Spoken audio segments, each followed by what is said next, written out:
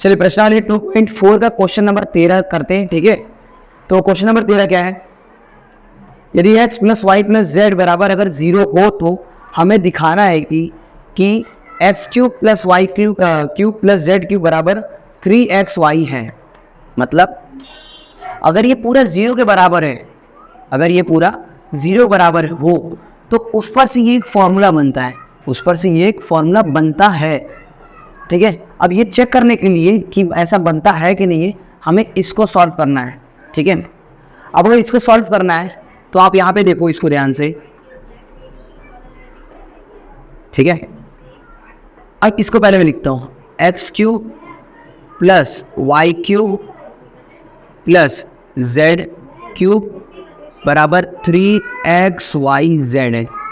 ठीक है, अब यहाँ पे देखो ये जो दिख रहा है इसमें प्लस में दिख रहा है, इधर माइनस में, मतलब जो ब्रैकेट बराबर की इस तरफ जो संख्या दिख रहा है बराबर की इस तरफ, ऐसा एक देखो इसको देखते माने एक फॉर्मूला याद आता है कि नहीं आता है?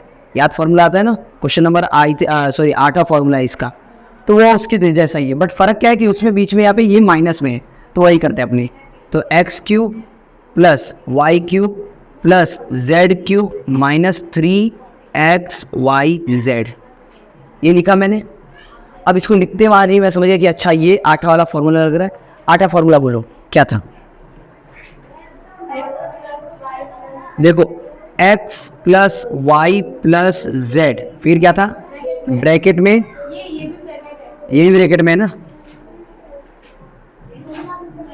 फिर ब्रैकेट में x square plus y square plus z square minus x y minus y z minus z x, ये हो गया। ठीक है, अब देखो मैंने जस्ट इसको बस यहाँ पे माइनस में डाला, प्लस में था ये, माइनस में आया इधर यहाँ पे, और बराबर के इस तरफ मेरा वो फॉर्मूला 8 वाला मैंने लिख दिया, क्योंकि 8 फॉर्मूला का ये है। ठीक है, 8 फॉर्मूला का ये दिया है हमको, उसका बराबर के इस तरफ वाला पूरा हमने लिख दिया। अब हमको क्या करना है, अगर हमको बोला हुआ है कि भाई एक्स और वाई और जेड पूरे का मान कितना है, पूरे मिला के कितना आएगा, होगा 0 होगा, तो हमको बताना कि ये इसका फॉर्मूला बनेगा कि नहीं बनेगा। देखो मैंने लिखा x cube y cube z cube minus 3xyz बराबर में इस पूरे का मान कितना दिया है, 0। xyz का बराबर मान क्या है, 0 दिया, 0 रख दिया, और ब्रैकेट की इधर क्या रख दिया, x square plus y square plus z square minus x y minus y z minus z x. अब अगर देखो ध्यान से, क्या यदि मैं इस 0 का इन सब से गुणा कर दूं, यदि मैं इस 0 का इन सब से गुणा कर दूं तो आंसर क्या आएगा पता है, 0 आएगा। तो मैंने क्या लिखा, x cube plus y cube plus z cube minus 3xyz बराबर क्या आएगा, पूरा किस क्या आएगा, 0 पे। यही हमको यहाँ पे बताना था। ठीक है, कि क्या हुआ कि ये पूरा इसके बराबर में 0 है कि नहीं, xyz बराबर 0। अब अगर इसको माइनस को इधर भेजोगे तो क्या आ जाएगा, फिर वही बन जाएगा। यानी कि अभी ये जो 14वां क्वेश्चन करेंगे ना, 14 क्वेश्चन, वो हम इसी सूत्र का इस्तेमाल करके हम करेंगे। कौन से, इस सूत्र का इस्तेमाल करके, इस सूत्र का जो 14वां क्वेश्चन है ना, वो इस सूत्र का इस्तेमाल करके हम करेंगे। ठीक है, चलो तो क्वेश्चन नंबर ये 13 हो गया। क्वेश्चन नंबर हम 14 देखते हैं, जिसमें इसी सूत्र का याद रखना, इस सूत्र को याद रखना। ठीक है, और ये सूत्र कब लगेगा याद रखना, ये सूत्र कब लगेगा पता है, ये भी याद रखना, ये सूत्र तब लगेगा जब क्या, जब x plus Y plus Z, इन तीनों का मान जोड़ने पे क्या आना चाहिए, 0 आना चाहिए। समझ में आया?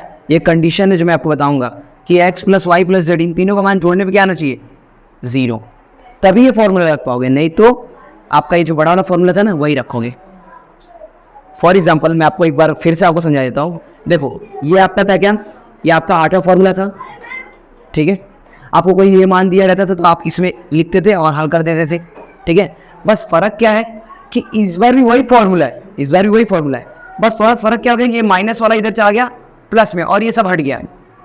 ठीक है, तो उस पर से ये एक फॉर्मूला मिला।